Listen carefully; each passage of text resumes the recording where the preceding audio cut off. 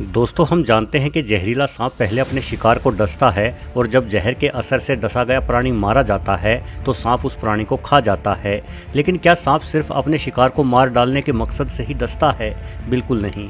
यदि आप किसी जहरीले सांप को पहले से मरा हुआ चूहा देंगे तो बहुत अधिक संभावना है कि सांप उस चूहे को खाएगा ही नहीं।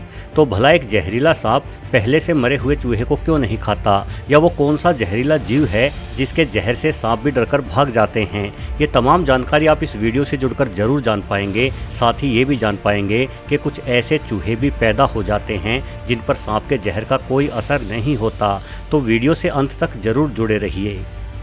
दोस्तों, जैसे ही कोई सांप किसी चूहे को डसता है तो सांप के जहर से उस चूहे का शरीर नष्ट होना शुरू हो जाता है।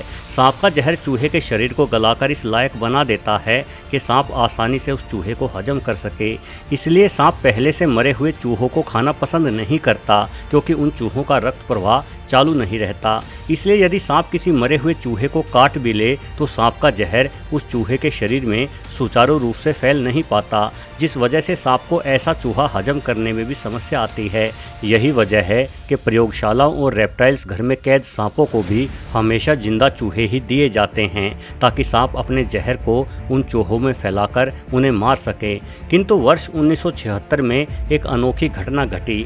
असल में अमेरिका की टेक्सास यूनिवर्सिटी में जीव विज्ञान के एक छात्र को रेप्टाइल्स विभाग ने एक रैटल स्नेक सांप को खाना खिलाने का काम सौंपा। छात्र ने भी एक चूहे को पकड़ा और उस चूहे को रैटल स्नेक के सामने डाल दिया। अपने स्वभाव के अनुसार सांप ने पहले चूहे को डसा और उसके पश्चात सांप आराम से चूहे के मरने का इंतजार करने लगा। सांप के काटने से चूहा जल्द ही लकवाग्रस्त होकर निडाल हो जाता है और करीब 5 से 7 मिनट में ही मारा जाता है। किंतु उस रोज ऐसा कुछ भी नहीं हुआ।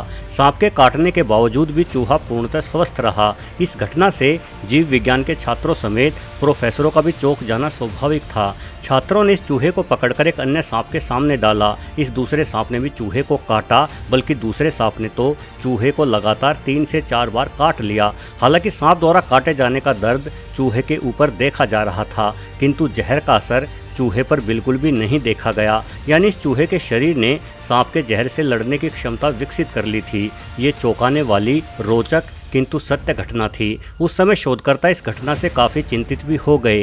अंदाजा लगाया गया कि यदि चूहों की विष प्रतिरोधक शक्ति यूं ही बढ़ती रही तो भविष्य में चूहों की ऐसी पीढ़ी भी सामने आ सकती है जिन चूहों पर किसी भी प्रकार के मानव निर्मित केमिकल पेस्ट कंट्रोल भी नाकाम साबित हो जाएंगे। किंतु बाद में हुए शोधों से ये जाना गया कि भले ही पीढ़ी दर पीढ़ी चूहों की जहर प्रतिरोधक क्षमता बढ़ रही हो, किंतु ऐसे चूहों का होना बेहद ही दुर्लभ है जो सांप के जहर से भी लड़ना सीख जाएं। दरअसल चूहों के शरीर को जहर से लड़ना सीखने के लिए कई पीढ़ियों का समय लगता है, जिसे हम वैज्ञानिक भाषा में एवोल्यूशन कहते हैं। अगर किसी चूहे को कोई सांप काटता है किंतु वो सांप बहुत ही थोड़ा जहर उस चूहे में छोड़ पाया, जिस कारण चूहे की जान बच जाती है, तो ऐसे में चूहे के शरीर में सांप के जहर के प्रति प्रतिरोधक क्षमता उत्पन्न हो जाएगी और यही प्रतिरोधक क्षमता उस चूहे की आने वाली संतानों में भी जाएगी। किंतु चूहों में ऐसा होने की संभावना करोड़ों में से एक है। लेकिन मेंढकों की कुछ प्रजातियों ने खुद के भीतर सांप के जहर से लड़ने की प्रतिरोधक क्षमता उत्पन्न की हुई है। मध्य और दक्षिणी अमेरिका में पाए जाने वाले पॉइजन डॉट फ्रॉग इतने जहरीले हैं कि इन्हें देखकर सांप भी दूर से ही नमस्कार कर लेते हैं। इन मेंढकों का इतना जहरीला होने की वजह है इनके द्वारा खाए जाने वाले कीड़े मकोड़े और मकड़ियाँ। ये मेंढक पीढ़ियों से जहरीले कीटों को खा रहे हैं, जिससे न सिर्फ इन मेंढकों का शरीर जहरीला हो गया, अपितु इन पर किसी भी किस्म के जीव के जहर ने भी असर दिखाना छोड़ दिया है।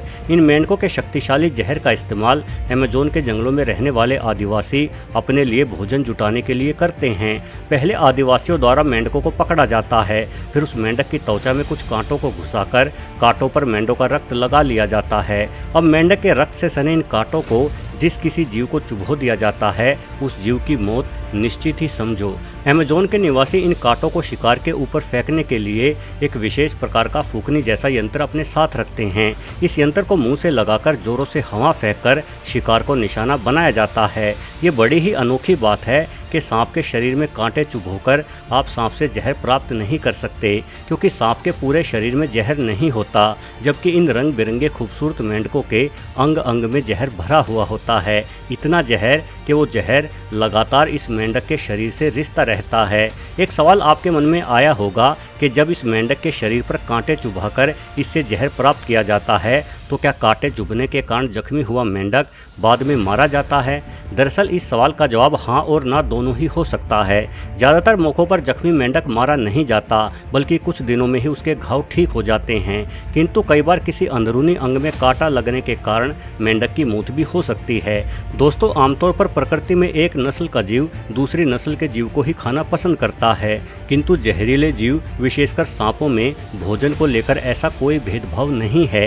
ये देखा गया है कि सांप का सबसे बड़ा दुश्मन कोई दूसरा सांप ही होता है। उदाहरण के लिए भारत सहित अन्य कई एशियाई देशों में पाया जाने वाला यह विशाल किंग कोबरा, ये सांप जहरीले सांपों में सबसे बड़ा सांप है जो 20 फीट तक लंबा हो सकता है। ये सांप जिस किसी सांप को काट लेता है वो सांप मारा जाता है, किंतु खुद किंग कोबरा पर किसी सांप के काटे जाने का कोई असर नहीं होता, इसलिए ये दूसरे सांपों को डसता है और डसे गए सांप के मर जाने के बाद किंग कोबरा उस सांप को निगल जाता है। किंतु क्या हो यदि दो किंग कोबरा आपस में लड़ते हुए एक दूसरे को ही काट लें, क्या वो दोनों किंग कोबरा मारे जाएंगे? बिल्कुल नहीं।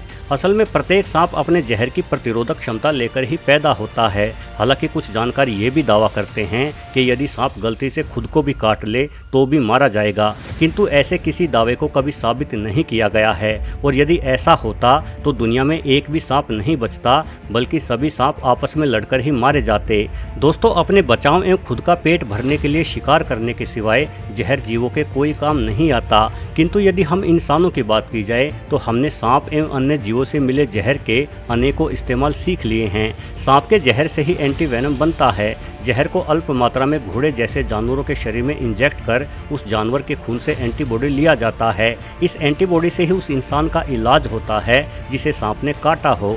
रेटल स्नेक के जहर में क्रोवरीन नामक तत्व पाया जाता है, जिससे लेइशमिनियोसिस नामक गंभीर बीमारी के प्रोटोजोआ का खात्मा किया जा सकता है। वहीं विशेषकर वृद्ध लोगों में एल्जाइमर नामक एक मानसिक बीमारी होती है। इस बीमारी में इंसान की सोचने समझने की शक्ति पर गंभीर असर पड़ता है। नए शोधों से ये ज्ञात हुआ है कि ब्लैक मांबा सांप के जहर की मदद से इस बीमारी का इलाज खोजा जा सकता है। सांपों के अतिरिक्त यदि हम अन्य जहरीले जीवों की बात करें तो क्यूबा में दुनिया का सबसे जहरीला बिच्छू पाया जाता है। आम बिच्छुओं की तुलना में इसका रंग नीला होता है, और ये बिच्छू जितना खतरनाक होता है उतना ही बेशकीमती भी होता है। दावा किया जाता है कि इसका जहर 75 करोड़ रुपए प्रति लीटर के हिसाब से बिकता है।